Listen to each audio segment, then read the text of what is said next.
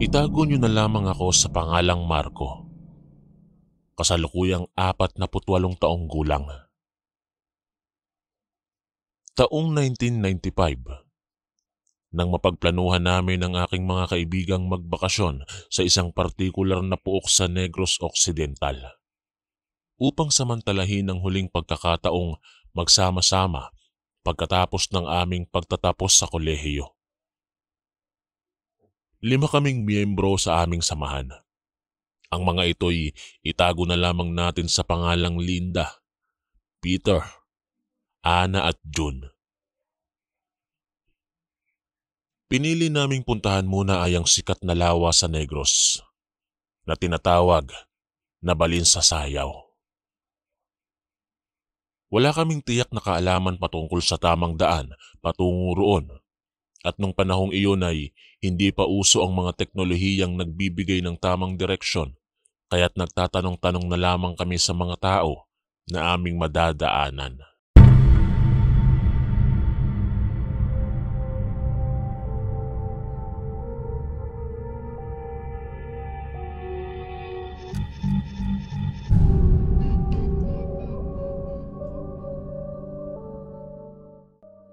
Hanggang sa napadpad kami sa isang kagubatan.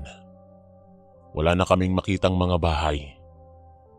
Hindi na rin makadaan ang aming sasakyan sapagkat maraming mga tumbang puno ang nakaharang.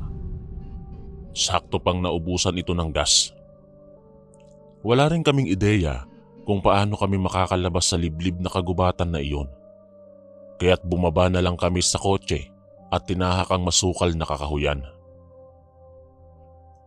Natanaw namin ang isang munting kubo, kaya't nagpasya kaming tingnan kung mayroong nakatira doon.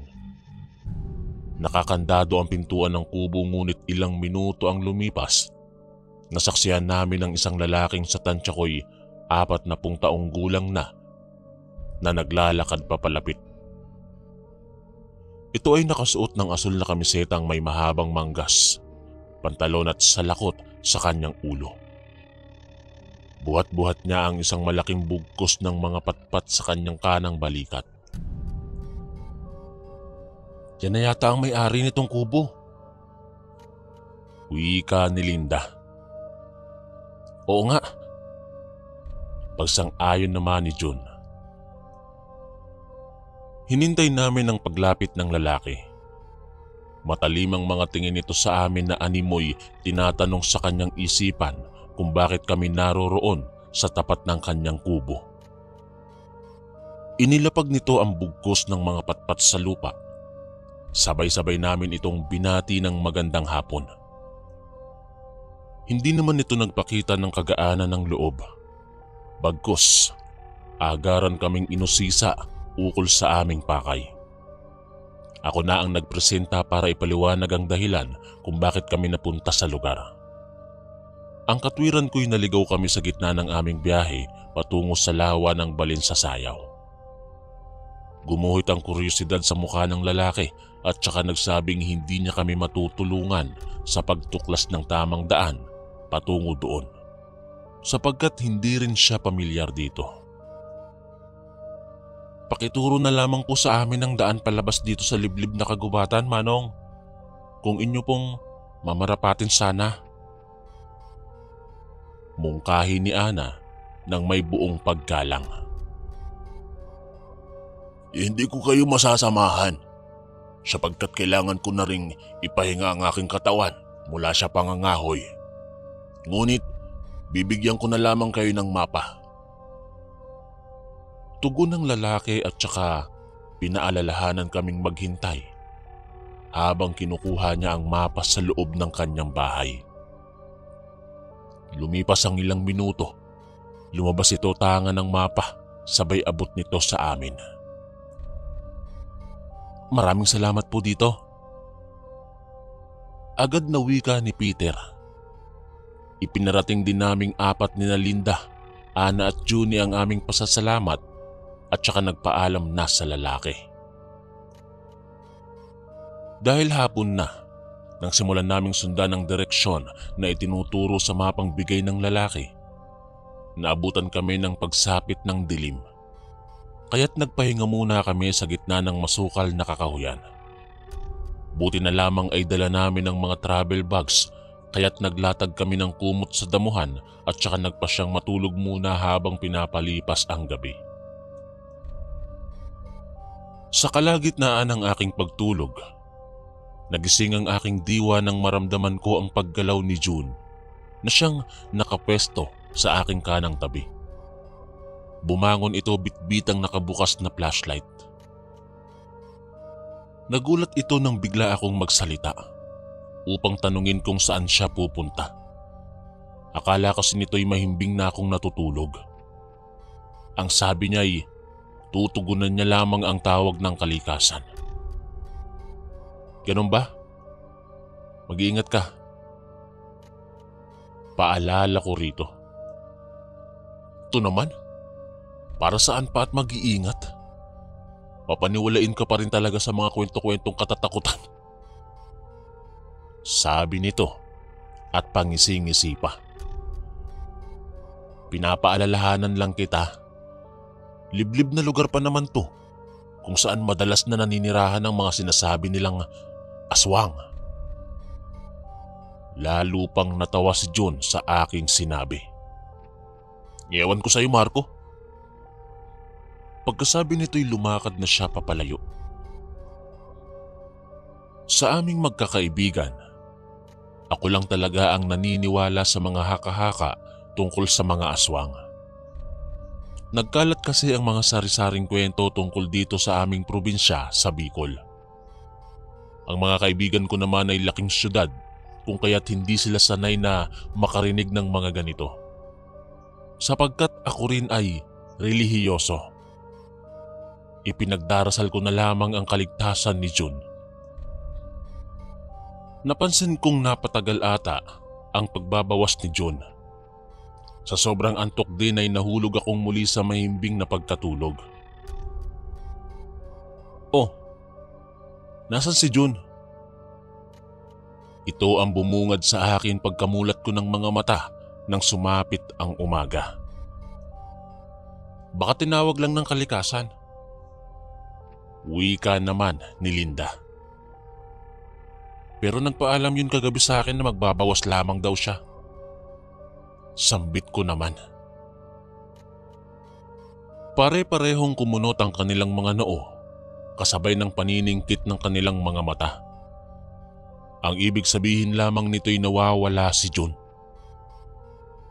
Nagpasya kaming apat na hanapin si June sa magkakahiwa-hiwalay na landas. Magkasama kami ni Linda at sina Ana at Peter naman ay magkasamang tinahakang sa lungat na direksyon. Halos mawalan na kami ng boses kakatawag sa pangalan ni June. Umaasang maririnig kami nito kung nasaan man siya. Ngunit ilang oras na ang lumipas mula nang simulan namin ang aming paghahanap. Nabigo kaming mahanap si June. Minalas pang walang signal sa lugar kaya't hindi namin matawagan ang numero ng telepono ng bawat isa. Nang abutan ng pagod, nagpasya kami ni Linda na bumalik sa pinagkasunduang tagpuan naming magkakaibigan. Nadatnan namin doon sina Peter at Ana na hinihingal at nagpupunas ng pawis. Hindi niyo rin ba siya makita? Nangihinang tanong ni Ana. Sabay kaming umiling ni Linda. Laylay ang mga balikat naming nagpahinga sa ilalim ng higanteng puno. Sari-saring mga katanungan ang bumabalot sa aming isipan habang pinoproseso pa rin sa aming mga utak ang biglaang pagkawala ni June. Napagkasunduan naming wag munang magpatuloy sa paglalakbay sapagkat kumakapit pa rin kami sa kakarampot na tsansang babalik si June doon sa huling lugar kung saan namin siya huling nakasama. Inabot na naman kami ng gabi. Ngunit nabigo lamang kami ulit. Nang sumapit ang hating gabi ay napansin kong mahimbing nang natutulog sina Ana at Linda, pati si Peter. Samantalang ako'y ginugulo pa rin ang pagkawala ni June. Hanggang sa maya-maya pa'y may narinig akong kakaibang ingay. Kinuha ko ang flashlight tsaka sinuri ang paligid. Ilang sandali pa'y nahagilap ng liwanag na nililikha ng flashlight ang isang baboy ramo na may kulay dugong mga mata. Batid kong hindi ito isang ordinaryong hayop base sa kulay ng mga mata nito. Kung hindi ako nagkakamali, isa itong aswang. Agad akong kumaripas ng takbo at agresibong sinundan ng baboy ramo ang aking mabibilis na mga hakbang. Humingi ako ng saklolo sa pamamagitan ng pagsigaw, subalit pakiwari ko'y nabigo akong pukawin ng atensyon ng aking mga kaibigang mahimbing pa ring tulog. Dahil sa kadiliman ng gabi, ay dumagdag pa ang aking kabat pagkataranta. Hindi ko namalayan ng tumbang sangang aking nasa harapan kung kaya't natisod ako't natumba sa damuhan. Nabitiwan ko ang bitbit kong flashlight, ngunit nanginginig man ng mga tuhod ay pinilit kong tumayo upang kunin ito. Ilang metro na lamang ang agwat ko sa baboy ramo. At dahil sa kakayanan nitong tumakbo ng mabilis, nagtagumpay itong abutan ako. Kinuha ko ang mga nagkalat na patpat at saka pinagpapalo ang baboy ramo kasabay ng pagsunggab nito. Patuloy pa rin ako sa paghingi ng saklolo hanggang sa wakas ay masilayan ko ang imahe ng aking mga kaibigang pinagtutulungan ng baboy ramo na batuhin ng mga putol na kahoy. Dahilan upang ito'y tumigil sa pagsunggab.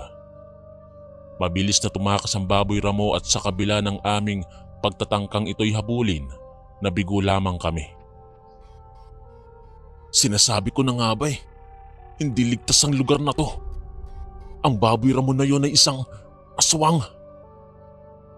Sambit ko habang naghihingalo pagkatapos ng ilang minutong pagtakbo. Hindi kaya ang aswang na yun ang may kagagawan sa pagkawala ni June? Wika ni Linda. Napatango-tango kaming lahat. Sa mga sandaling iyon ay batid naming wala ng punto pa ang paghahanap sa aming nawawalang kaibigan. Sapagkat masakit mang tanggapin, natitiyak naming ito'y wala ng buhay. Marahil ay nilantakan na ng aswang na nagkukubli sa wangis ng baboy ramo ang mga lamang loob ni June. At hindi malabong sa mga susunod pang araw, kung hindi pa kami makakaalis sa kagubatan na yon, ay kahaharapin din namin ang parehong sinapit ng aming kaibigan. Pero hindi nyo ba napapansin? Parang paikot-ikot lang din naman tayo sa kagubatan na ito, kahit pasundin natin ang direksyong nakasaad dito sa mapa. Napaisip kaming lahat sa sinabi ni Peter. May katotohanan ng kanyang tinuran. Kahit anong landas ang aming tahakin, hindi pa rin namin matagpuan ang daan papalabas sa kagubatan. Hindi na namin alam ang aming gagawin. Bukod sa lalaking nagbigay sa amin ng mapa, wala na kaming nakasalubong na taong maaaring magturo sa amin ng tamang daan. Tunay ngang napakaliblib ng lugar na to, kung kaya't hindi na nakapagtatakang may aswang na naninirahan dito. Subukan nating mas unawain ang direksyong nakasaad sa mapa. Baka nagkamali lang tayo nung una. Suwestyon ni Ana. Dahil wala naman kaming ibang pagpipilian, nagpatuloy na lamang kami ulit sa paglalakbay sa tulong ng mapang bigay ng lalaking nakilala namin sa kalagitnaan ng aming pagkalikaw. Inabot muli kami ng paglubog ng araw at sa bawat pag-ihip ng hangin, naninindig ang aking mga balahibo. Sa kakaibang presensyang animoy nagkukubli sa likod ng kadiliman. Naubos ang baterya ng flashlight ni Ana, samantalang ang sa aming tatlo ni Linda at Peter naman ay pahina na ng pahina ang nililikhang liwanag. Kung kaya't sa aming bawat paghakbang ay tinitiyak naming magkakahawak kamay ang bawat isa upang siguruhing wala na namang mawawala. Lumipas muli ang isa pang araw. Tuluyan ang naubos ang enerhiya ng baterya ng aming mga flashlight. Kaya't ginamit na namin ang aming mga dipindot na cellphone na kaya ring maglikha ng ilaw. Subalit napakahina lamang. Sapat pa naman ang aming mga dalang dilata na pagkain at tubig. Nasasapat pa ng ilang linggo. Ang problema na lamang namin kung paanong makalalabas sa kagubatan na iyon. 2 gabi na ring wala kaming mga tulog. Sapagkat natatakot kaming habang wala kami sa kamalayan ay baka bigla na lamang sumalakay ang aswang kung kaya't minaigi naming manatiling mulat ang mga mata. Hindi ko na kayang labanan ang aking pagkaantok. Saad ni Linda, kasabay ng mulit-muling paghikab. Ako rin. Pagsang-ayon naman ni Ana. Bilang mga lalaki sa samahan, nagpasya kami ni Peter na magbantay sa paligid habang natutulog ang 2 naming kaibigang babae. Naglatag kami ng kumot sa damuhan at nahiga roon sina Linda at Ana, habang kami naman ni Peter ay parehong nakaupo sa tabi. Sa kabila ng aking labis na pagkaantok, pinilit ko ang sariling huwag makatulog upang maging alerto sa posibleng kapahamakan. Samantalang si Peter naman ay napansin kong wala na sa kamalayan at ilang minuto lang ay naririnig ko na itong naghihilik. Gayunpaman, hindi na ako nag-abala pang gisingin ito. Sa hindi ko inaasahan, ay bigla rin akong nakatulog at hindi ko na maalala ang sumunod na mga pangyayari nung gabing yon. Nagising na lamang akong hinahanap na nila ang presensya ni Linda. Ang naiwan na lamang ay ang kumot na ginamit nito nung gabi ng kanyang pagtulog. At ni anino nito ay hindi na sa amin nagpakita. Kasalanan ko to. Kung hindi lamang ako nakatulog, mababantayan ko sana si Linda.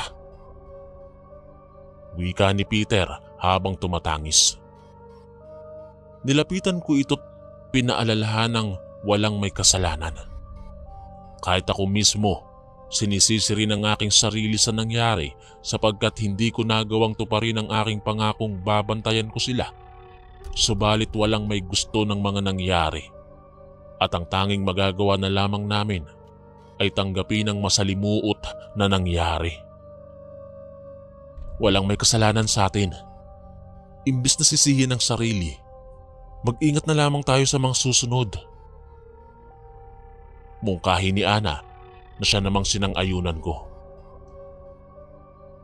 Halos 1 linggo na naming tinatahak ang daan palabas ng kagubatan. Subalit kahit anong direksyon ang aming sundin, tila ba'y nagpapaikot-ikot lamang kami sa lugar. Isang araw, sa gitna ng aming muling paglalakbay, napukaw ang aming atensyon sa isang bungkos na mga patpat na nakalatag sa lupa. Ang ibig sabihin lamang nito ay mayroong nangangahoy doon sa kagubatan at kung makikilala namin ito, maaari kaming matulungan sa paglabas sa kagubatan. Nanatili kami sa tabi ng bungkos na mga patpat at hinintay ang pagdating ng may-ari nito. Subalit inabot na kami ng 1 oras ay nabigo lamang ulit kami. Bagkus ay isang ligaw na baboy ramo lamang ang tumambad sa amin. Kung hindi kami nagkakamali, ito ang parehong baboy ramo na sumalakay sa akin nung isang gabi. Pumosisyon ito sa aming harapan at saka inilabas ang matutulis nitong mga pangil. Agad nitong sinunggaban si Peter, kaya naman dali-dali kaming kumuha ng matigas na biyak na kahoy ni Ana upang paluin ang baboy ramo. Subalit hindi katulad nung unang pagkakataong nakaengkwentro namin ito. Tila ba nakapag-ipon na ito ng mas malaking halaga ng lakas. Nasugatan si Peter sa kanang balikat nito mula sa matutulis na pangil ng baboy ramo. Ngunit patuloy pa rin itong nilabanan ng baboy ramong nakaposisyon sa kanyang ibabaw. Walang naitulong ang mga pagpalo namin ni Ana dahil sa taglay ng lakas ng nagbabalat kayong aswang. Hanggang sa napako na lamang kami sa aming kinatatayuan nang dumanak ang dugo sa paligid. dulot ng malaking sugat na tinamo ni Peter sa kanyang bandang leeg. Nagpatuloy ang baboy ramo sa pagwasak sa kanyang balat at habang tumatagal ay parami ng parami ang dugong nagkalat sa lupa. Mas mabuti pa kung tumakbo na tayo, mungkahi ni Ana. Subalit iniisip ko pa rin ang kapakanan ni Peter. At hindi magandang ideyang basta na lamang siyang iwanan sa kamay ng aswang na nagkukubli sa wangis ng baboy ramo. Hindi ako nakapagbitiw ng tugon ng ilang minuto sapagkat pinoproseso ko pa rin sa aking utak ang sinapit ni Peter habang binabalot ng mga ungol nito ang kawalan. Hayaan na natin siya, Marco. Kahit anong gawin natin, hindi na siya maililigtas. Bumalik ako sa ulirat nang bigla na lamang hilahin ni Ana ang aking braso at saka kumaripas ng takbo. Naghanap kami ng matataguan hanggang sa nakahanap kami ng higanteng bato sa tabi ng isang sapa at nagpasyang magtago sa likod nito. Ilang minuto pa, nasaksihan namin ang pagdating ng baboy ramo na animoy iniinspeksyon ng paligid. Siguro'y nararamdaman nito ang aming presensya kaya naman pinilit namin ni Ana na huwag makalikha ng kahit na anong ingay na maaaring makatawag pansin sa baboy ramo. Maya-maya pa, umalis ang baboy ramo at ilang sandali lamang ay isang pamilyar na lalaki ang aming nasaksihang papalapit sa sapa mula sa hindi kalayuan.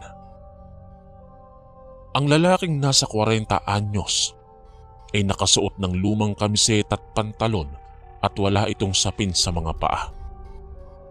Ang mga kamay at paa nito'y puno ng mantsa ng mga dugo. Tumungo ito sa sapa at saka naghugas ng kanyang katawan. Ang lalaking ito ay ang lalaking siyang nagbigay sa amin ng mapa. Ang lalaking may-ari ng kubong natagpuan namin sa kalagitnaan ng aming pagkaligaw. Bakit siya may mantsa ng mga dugo? Hindi kaya siya ang aswang na nagbabalat kayo bilang baboy ramo? Tanong ni Ana sa mahinang boses. O baka naman galing siya sa pangangaso at pinaslang niya yung baboy ramo? Balik kong tanong sa kanya. Akma na sanang tutugon si Ana nang mapansin namin ang pagtigil ng lalaki mula sa paghuhugas ng kanyang katawan. Nagpalingon-lingon ito sa paligid na tila ba may hinahanap. Tumayo ito at saka naglakad ng dahan-dahan patungo sa higanting bato kung saan kami nagtatago. Tinakpan namin ang aming mga palad ng aming bibig habang nanginginig sa takot. Ang bawat hakbang nito'y palapit ng palapit sa amin, hanggang sa hindi ko inaasahan ang biglang pag-alis ni Ana sa aming pwesto at saka kumaripas ng takbo papalayo. Dahil dito, natunton ng lalaki ang aming kinaroroonan. Tumakbo rin ako ng mabilis at nang saglit kong lumingon sa aking likuran ay nasilayan ko ang lalaking hinahabol kami habang nakalabas ang mga pangil. Tama nga ang hinala ni Ana na ito ang aswang na nagbabalat kayo bilang isang baboy ramo. Pumunta si Ana sa kanang daan at pinili ko naman ang salungat na direksyon. Sumunod ang lalaki sa daang tinungo ni Ana. Habang ako'y nagpapatuloy sa pagtahak ng landas patungo sa walang katiyakan. Halos 1 oras din nang lumipas nang hindi ko na muling mahagilap si Ana at ang aswang. Nangangamba ako para kay Ana kung kaya't tinawag ko ang pangalan niya at nagpaikot-ikot ako sa kagubatan. Subalit ang natagpuan ko na lamang ay ang duguan at punit-punit na damit nito na kanyang suot-suot bago kami naghiwalay ng landas. Ako na lamang ang natitirang buhay sa aming magkakaibigan at wala akong ideya kung papaano ko malalagpasan ang pagsalaki ng aswang, gayong mali naman ang direksyong nakasaad sa mapa. Nilinlang lang kami ng lalaki at sinadya niyang lalo kaming iligaw sa pamamagitan ng mapa upang mapadali ang kanyang pagsalakay. Sa kabila ng kawalan ng pag-asang makakaalis sa gitna ng liblib na kagubatang puno ng kahindik-hindik na mga pangyayari, pinagpatuloy ko ang aking paglalakbay. Palagi ko ring tinitiyak na mayroon akong hawak na matigas na biyak na kahoy bilang panangga sa aswang kung sakali mang muli itong sumalakay. Isang gabi na naman ang sumapit. Hindi ko hinayaang maghari ang antok sapagkat kailangan kong maging alerto sa mga darating na panganib. Nagpahinga ako sa likod ng isang malaking palumpong ng mga damo at saglit na uminom ng tubig upang mapawi ang aking pagkauhaw. Bukod sa tunog ng malakas na simoy ng hangin, ay narinig ko rin ang huni ng mga kuliglig. At maliban sa sinag ng buwan at mga bituin, wala akong maaninag sa kapaligiran bagkus ang mga alitap-tap na nagliliparan. Sa kaunting sandali, muling bumalik ang galak sa aking puso habang pinagmamasdan ng nililikha nilang liwanag. Subalit agad ding naglaho ang mga ngiti sa aking mga labi nang maulinigan ko ang kakaibang yabag ng mga paa. Inihanda ko kaagad ang aking sarili laban sa masamang presensyang paparating. Maya-maya pa, isang lalaki ang dumating at nanindig ang aking mga balahibo sa kulay dugo nitong mga balintataw. Hindi ko pa man lubos na nasisilayan ang pagmumukha nito. Batid ko na agad na ito ang aswang na pumaslang sa aking mga kaibigan. Magaling! Dapat kang magpasalamat na hanggang ngayon ay buhay ka pa. Pang-uuyam ng lalaki kasabay ng mapang-insultong halakhak. Pakiusap, hayaan mo na akong mabuhay. Tutal pinaslang mo na ang 4 kong kaibigan. Pagmamakaawa ko, bagamat batid kong hindi nakararamdam ng simpatya ang mga katulad niyang kampon ng kadiliman. Binalot ng panandali ang katahimikan ng paligid. Ang aswang ay nagbigay ng reaksyong animoy pinag-iisipan ng kanyang sunod na gagawin sa akin. Subalit sa hindi ko inaasahan, bigla nitong inilabas ang kanyang matutulis na pangil. Pasensya na, iho. Hindi ako nakakaramdam ng awa. Wika nito. Mabilis akong kumaripas ng takbo at hindi na nag-abala pang maghanap ng mapagtataguan sapagkat batid kong mahahanap niya lamang din ang aking kinaroroonan. Pagkus ay nagpatuloy lamang ako sa pagtakbo. Ang importante ay makalayo ako sa kanya at hindi niya ako maabutan.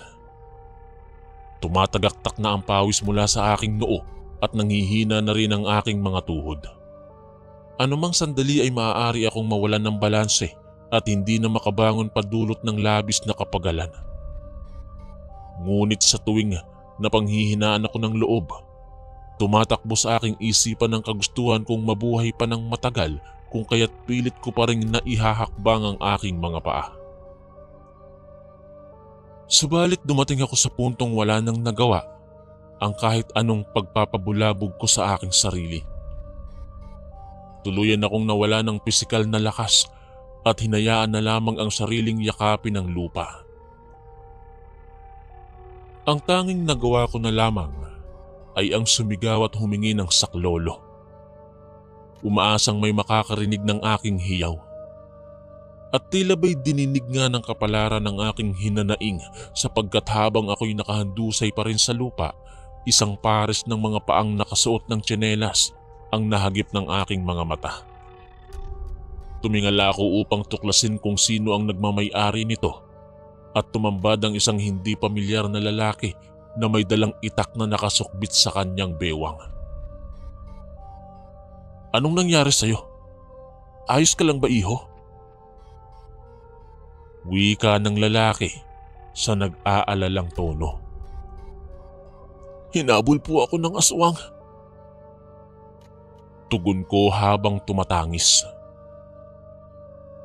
Tinulungan ako nitong makatayo at ilang sandali pa, dumating ang lalaking aswang. Siya po ang aswang. Wika ko sa lalaking tumulong sa akin. Agad nitong binunot ang kanyang itak at bumelo bago sa lakayin ng aswang. Sinunggaban naman ito ng aswang, subalit magaling umilag ang lalaki. Sa pamamagitan ng kanyang matulis na itak, nagawa niyang tamaan ng taga ang aswang sa tagiliran nito. Tumagas ang dugo mula sa sugat na natamo ng aswang at namilipit ito sa sakit. Nang hindi na ito makalaban ay tahasang sinaksak ng lalaki ang aswang sa dibdib nito upang tuluyan ng wakasan ng buhay. Unti-unting nawala ng hininga ang aswang at hindi na muli pang dumilat ang mga mata nito. Nagpasalamat ako sa lalaking tumulong sa akin at isinalaysay ko kung paano ako nakarating sa kagubatan kasama ang aking mga yumaong kaibigan. At ang tungkol sa mapang binigay ng aswang kung saan ay maling direksyon ang nakasaad. Ang sabi ng lalaki, nilinlang lamang umano kami ng aswang sa pamamagitan ng pagbibigay ng mapa. Hanggat hindi nasusunog ang mapa, hinding-hindi umano ako makakaalis sa kagubatan. Kaya naman pinayuhan niya akong sunugin ito. Sakto namang may dala siyang posporo sapagkat nagkataong nasa kalagitnaan siya ng pangangahoy ng mga sandaling yon. Sinunog ko ang mapa at sumama ako sa lalaki sa pagtahak ng daan palabas ng liblib na kagubatan. Nagtagumpay akong makabalik sa bayan at hanggang ngayon ay hindi pa rin nalilimot ng aking isipan ang masalimuot na alaala tungkol sa sinapit ng aking mga kaibigan. Gayunpaman, buong buhay kong ipagpapasalamat sa lalaking tumulong sa akin ng pagkaligtas ko mula sa marahas na mga kamay ng aswang.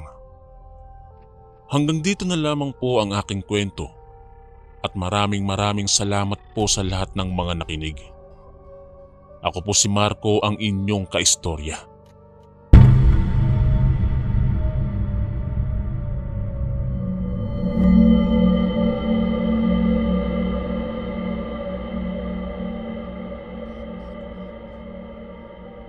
Tawagin niyo na lamang po ako sa pangalang Dennis. Tubong Bicol at kasalukuyang 57 taong gulang. Paborito akong apo noon ng lolo ko na si Lolo Enteng na lolo ko sa ama. Hiwalay ang bahay niya sa bahay namin ni nanay at tatay at 4 kong mga kapatid. Kaya't nung pumanaw ang asawa ni Lolo Enteng na si Lola Eden dulot ng katandaan, tumira ako sa bahay ni Lolo Enteng para samahan at alagaan siya. Ayaw niya rin kasing makitira sa bahay namin. Noong 11 taong gulang ako, hindi na makalakad si Lolo. 74 na taon na kasi siya noon. Nahihirapan na rin siyang lumunok ng pagkain at hindi na rin siya makapagsalita. Wala rin kaming gaanong pera upang ipagamot ang lolo ko ng regular. Magmula nang magpakita ng kahinaan si Lolo Enteng, napansin ko ang palagi ang pagdaan ng isang brusko't gusgusing lalaki sa harap ng bahay namin. Punit-punit ang kamiseta nito at halata ring luma na ang suot na pantalon. Hindi pamilyar ang mukha nito sa akin. May katangkaran ito tapos binabalot ng makapal na bigote at balbas ang kanyang mukha. Minsan, natsetsempohan ko siyang pasulyap-sulyap sa loob ng aming barong-barong kapag sumisilip ako sa bintana. Hindi ko na ikwento ang tungkol dito kahit kanino.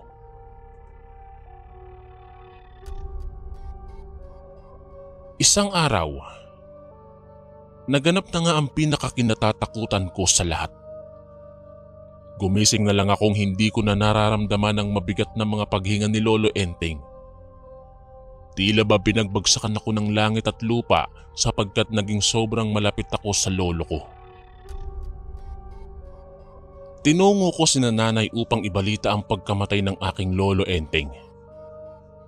Pagkatapos dalhin sa morgue, napagpasya ni nanay at tatay na ang burol ay gaganapin sa bahay namin at hindi sa bahay ni Lolo Enteng. Dahil mas malaki ang espasyo roon na sasapat para sa malaking bilang ng mga bisita. Ni hindi ko kayang dungawi ng walang buhay na katawan ni Lolo Enteng na nakasilid sa isang higanting puting ataol. Hindi ko pa rin kasi matanggap ang kanyang pagkawala. Inutusan ako ni nanay na ipagtimpla ng kape ang mga bisita at alukin sila ng biskwit habang siya'y abala sa pag-aasikaso ng lugar na paglilibingan ni Lolo. Samantalang si tatay naman ay nakikipag-inuman sa mga kumpare niyang dumalaw upang makiramay. Habang inaalok ng kape at biskwit ang mga matatandang bisita na naglalaro ng tong-its upang aliwin ang kanilang mga sarili mula sa pagkaantok, pumukaw ng aking atensyon ng isang lalaking dire-diretsyong naglakad patungo sa kabaong ni Lolo. Napako ako sa aking kinatatayuan at pinagmasdang mabuti ang lalaki habang hinahaplos nito ang salamin ng kabaong. Tumagal lamang ng 5 segundo nang mapagtanto kong ang lalaking iyon ay ang parehong lalaking palagi kong nakikitang dumadaan at pasulyap-sulyap sa bahay namin bago namatay si Lolo Enteng. Doon lamang ako nagkaroon ng tapang na kausapin nito at usisain tungkol sa relasyon nito sa aking Lolo Enteng. Hindi pa man ako lubusang nakakalapit dito, napatakip na agad ako ng ilong dahil sa kakaibang amoy at tinitiyak kong nanggagaling iyon sa kanya. Umaalingasaw ang malansat nakakasukang amoy. Sinadya ko ang 3 hakbang na pagitan naming dalawa. Inalis ko rin ang palad kong nakatakip sa aking ilong bilang pagpapakita ng respeto at tiniis na lang ang amoy. Magandang gabi ho, tatang. Pagbati ko rito at siya namang paglingon nito sa akin. Pasensya na ho kayo pero hindi po kasi kayo pamilyar sa akin. Mangyari ho bang sabihin niyo ang inyong relasyon sa yumao kong Lolo Enteng?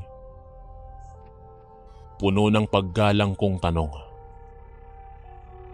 Tumagal ng ilang minuto bago ito tumugon. Tsaka nito sinabing, "Matalik akong kaibigan ng lolo mo, iho." Muntikan ko nang maitakip muli ang mga palad ko sa aking ilong dahil sa mabahong amoy na nilikha naman ng kanyang hininga na animoy bulok na karne ng hayop. Ipinagtaka ko rin ang sagot nito dahil hindi naman ako nakakita ng senyales na malapit sila sa isa't isa ni Lolo.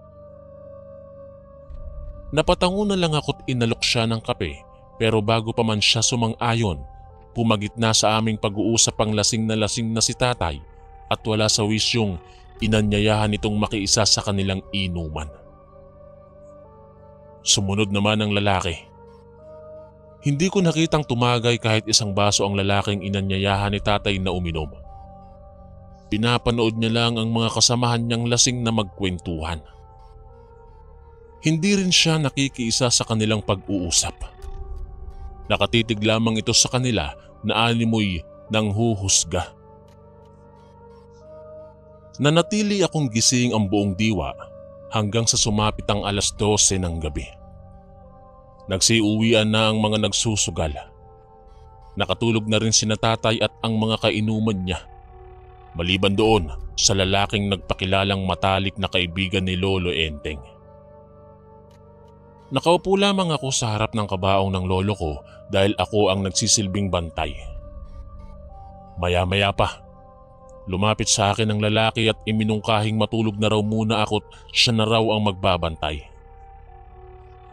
Hindi ko tinanggap ang kanyang voluntaryong tulong pero nagpumilit ito at habang tumatagal ang pag-uusap namin, sumasakit ang ulo ko sa matinding amoy na dulot niya. Kaya naman hinayaan ko na lang ito at ipinaubaya sa kanya ang pagbabantay. Pumasok ako sa kwarto ng bahay dahil sobrang malamig ang simoy ng hangin sa sala kung saan nakaburol si Lolo Enteng. Mahimbing akong nakatulog hanggang sa nagising ako ng 3:00 ng madaling araw. Wala pa rin sa sariling mga ulirat ang lahat. Bumalik ako sa sala upang kamustahin ang kalagayan ni Lolo Enteng. Gayon na lamang ang aking pagtataka nang hindi ko na mahagilap ang lalaking nagsabing siya na raw ang magbabantay sa kabaong. Dumungaw ako sa kabaong ni Lolo sa unang beses dahil may nararamdaman akong kakaiba. Sa kabutihang palad, maayos pa ring nakahiga ang bangkay ni Lolo Enteng sa loob ng higanteng ataul. Hindi na muling dumalaw ang lalaki. Gayunpaman, ipinagkibit-balikat ko na lamang ang kaduda-dudang pagkatao nito. Sa pangalawang araw ng burol ni Lolo, dumating ang matandang si Lolo Isko. Kilala ko si Lolo Isko dahil kay inuman ito noon lagi ng lolo ko noong malakas pa ang pangangatawan nito. Hindi naman nagkakalayo ang kanilang mga edad pero maayos pa ring nakakalakad si Lolo Isko sa tulong lamang ng manipis ngunit matibay na kahoy na nagsisilbi niyang tungkod. Si Lolo Isko rin ay kilalang antingero sa lugar. Malakas din ang kanyang pang-amoy sa presensya ng kakaibang mga nilalang katulad ng mga aswang. Nang dumungaw ito sa kabaong, gayon na lamang ang pagbabago sa timpla ng reaksyon nito. Bumaling ito sa akin at nagtanong kung mayroon umano akong napansing kakaiba sa mga bisita magmula nung unang araw ni Lolo. Naikwento ko sa kanya ang tungkol doon sa mabahong lalaking nagpakilala bilang matalik na kaibigan ni Lolo Enteng. Sayang at nakalimutan kong tanungin ang pangalan niya.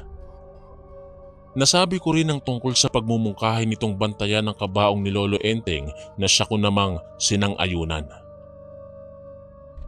Napasinghal si Lolo Isko kasabay ng mulit-muli niyang pag-iling na tila ba dismayado sa aking tinuran.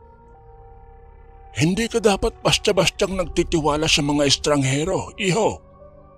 Hindi mo natitiyak ang tunay nilang mga pakay. Sermon nito sa akin. Inihingi ko ng paumanhin ang aking pagkakamaling ginawa.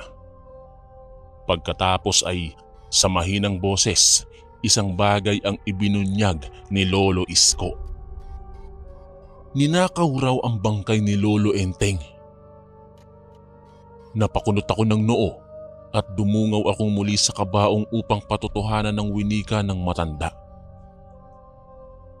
Nandito pa naman po ang katawan ni Lolo Enteng ah. Pagmamatigas ko. Nililin lang ka lamang ng iyong mga mata. Ang nasa loob ng kabaong na iyan ay isang simpleng puno ng saging lamang. Ngunit nagmimistula itong katawan ng patay sa mata ng mga ordinaryong tao. Napabalikwas ako sa litanyang iyon ni Lolo Isko. Ang hinala niya umano na ang lalaking ikinuwento ko ay isang uri ng aswang na kung tawagin ay balbal. Base kay Lolo Isko, ang balbal daw ay isang halimaw na nangunguha ng mga bangkay upang kainin. Pagkatapos nakawin ng patay, papalitan umano nila ito ng puno ng saging na nagmimistulang ordinaryong bangkay sa paningin ng mga tao. Malakas umano ang mga pang-amoy nito na siyang kanilang ginagamit upang tukuyin ang isang taong may matinding karamdaman. Pagkatapos ay babantayan nila ito hanggang sa pumanaw upang lasapin ang patay nitong katawan. Pinanindigan ako ng balahibo nang malaman ng tungkol dito. Binilinan ako ni Lolo Isko na huwag nang ipaalam sa aking mga magulang ang tungkol sa balbal na bumisita sa burol ni Lolo Enteng. Pinayuhan din niya akong maging maingat sa susunod na pagkakataong makaengkwentro ko ang estranghero. Tumagal ng 5 araw ang burol Bagamat hindi lingid sa aking kaalaman na ang pinaglalamayan namin ay isang simpleng puno ng saging na lamang. Tanging si Lolo Isko lamang ang kayang maglarawan sa tunay na itsura ng nasa loob ng kabaong dahil sa pambihira nitong kakayahan. Hindi naman kalayuan ang sementeryong pinaglibingan ni Lolo Enteng. Nasa 5 minuto lang ang gugugulin kung lalakarin ito. Kaya siguro napalapit kami sa aswang dahil malapit lang sa amin ang sementeryo kung saan maaari silang magpakasawa sa mga bangkay na nakabaon sa ilalim ng lupa. Minsan ay naisipan kong hulihin ng balbal. Nung hating gabi na'y tiniyak kong mahimbing nang natutulog ang aking pamilya. Kinuha ko ang isang itak sa kusina at nag-ingat na hindi makalikha ng tunog na maaaring pumukaw sa kanila. Pagkatapos ay sinindihan ko ang lampara at palihim akong lumabas ng bahay. Tiniis ko ang pagod na 5 minutong paglalakad upang tunguhin ang sementeryo at nang naroon na ako'y nagtago ako sa likod ng isang malaking nicho. Hindi nga ako nagkamaling matatagpuan ko roon ang parehong lalaking nagnakaw ng bangkay ni Lolo Enteng. Marahas itong naghuhukay sa lupa gamit lamang ang matutulis na mga kuko. Habang ako'y tahimik na nagmamasid, napatigil ito mula sa kanyang ginagawa at napatingin-tingin sa paligid na tila ba may napansin siyang kakaiba. Mas hinigpitan ko palalo ang aking hawak sa itak at lampara. Ilang sandali pa'y umalingasaw ang pamilyar na mabahong amoy sa paligid. Isang senyales na malapit na sa akin ang aswang na balbal. Inihanda ko ang aking itak at akma ng patutusadahan ng tagaang aswang nang hablutin ako nito sa ulo at agresibong ibinalibag sa lupa. Nabitawan ko ang itak at hindi ko na nagawa pang kunin ito mula sa aking paanan dahil mabilis akong bumangon at kumaripas ng takbo papalayo, dala ng takot. Sa kabutihang palad, hindi naman ako nito naabutan. Yun ang una't huling pagkakataong sinubukan kong makipagbuno sa balbal nung panahon ng aking kabataan. Nang tumuntong ako sa edad na 25, hindi ko pa rin nililisa ng baryo. Bagamat ang kinasanayan noon kapag ang lalaki tumungtong na sa ganitong edad, inaasahan na itong pumaynila upang magtrabaho. Aksidente ko kasing nabuntis ang nobya kong tubong Bicol din noon. Nang maipanganak niya ang aming panganay, sinubukan kong mamasukan sa iba't ibang trabaho. Ngunit dahil hindi ako nakapagtapos ng high school, nahirapan akong humanap ng mapapasukan kung saan malaki ang perang kinikita. Dahil wala nang ibang mapagpipilian, tinanggap ko na lamang ang alok na trabaho ng isang mayamang lalaki na si Don Melchor. Naging maayos naman ang buhay namin sa probinsya. Kahit pakatiting na sentimo lamang ang aking kinikita sa pagsasaka sa kalapit na bukid na ang nagmamay-ari ay si Don Melchor. Ang tatay nito'y kaibigan noon ni Lolo Enteng, kaya napagbigyan ako nitong makisaka sa kanyang lupang sakahan. Mayroon din itong 3 babaeng anak na pare-parehong nag-aaral at ang asawa nito'y nakaratay na lamang dahil lumala ang sakit nitong diabetes. Ang sakahan ay katapat lamang ng bahay ni Don Melchor na may 2 palapag. Madaling araw pa lamang, pumaparoon na ako sa bukid kaya't maagang nagsisitahulan ng kanilang mga aso. Minsan ay natanong ako ni Don Melchor kung pumaroon ako sa bukid pasado 2:00 ng bukang liwayway. Sumagot naman ako ng, "Kararating ko lamang po ngayong 3:30. Gumuhit ang pagtataka sa mukha ng lalaki. Ang sabi niya, binulabog daw kasi sila umano ng tahol ng kanilang mga aso nung pasado 2:00. Pagkatapos ay may nakita raw siyang lalaking naglalakad sa labas ng kanilang bahay.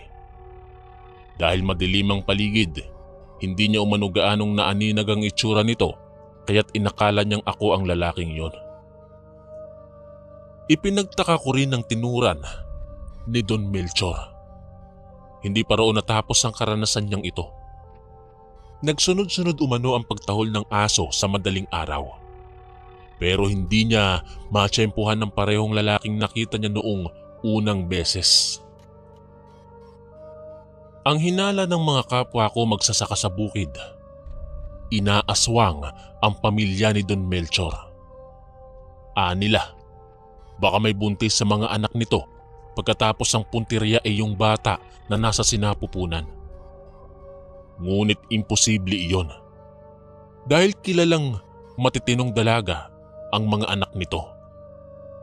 Naalala ko iyong tungkol sa balbal na naengkwentro ko noong pumanaw si Lolo Enteng pero ipinagkibit balikat ko na lamang ito. Hanggang sa isang araw, nagulantang ako sa presensya ng isang lalaking nadatnan ko na nagtatrabaho sa bukid. Maraming taon na rin ang nakalilipas, ngunit wala pa ring ipinagbago sa itsura nito na animoy hindi nadagdagan ng edad. Ipinakilala ito ng mga kasama ko bilang si Norman, ang bagong magsasaka sa bukid. Pangisingisi ito sa akin, ngunit hindi ko man lamang ito ginantihan ng ngiti. Sariwang-sariwa pa sa utak ko ang pagkatao ng lalaking iyon. Siya yung balbal na nakasagupa ko noong ako ay 11 taong gulang pa lamang. Batid kong puntirya niya ang asawa ni Don Melchor na may matinding karamdaman, kaya ito na masukan bilang magsasaka sa bukid. Matinding pagpapaalala ko kay Don Melchor na mag-ingat mula sa lalaki.